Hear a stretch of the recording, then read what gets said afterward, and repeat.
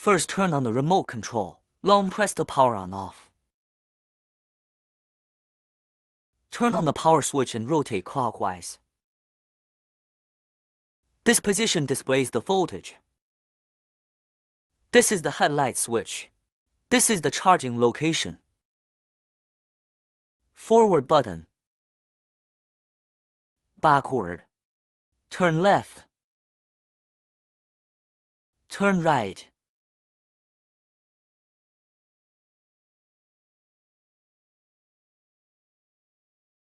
Adjusting the pusher lift button.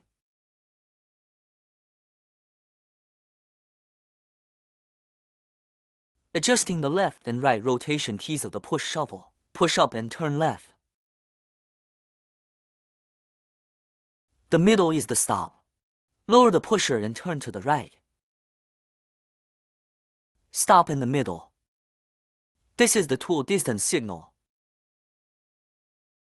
Rotate to maximum. Then the tool spacing begins to operate. Tighten to the minimum. Tool distance stop. This is when the tool gap begins to operate.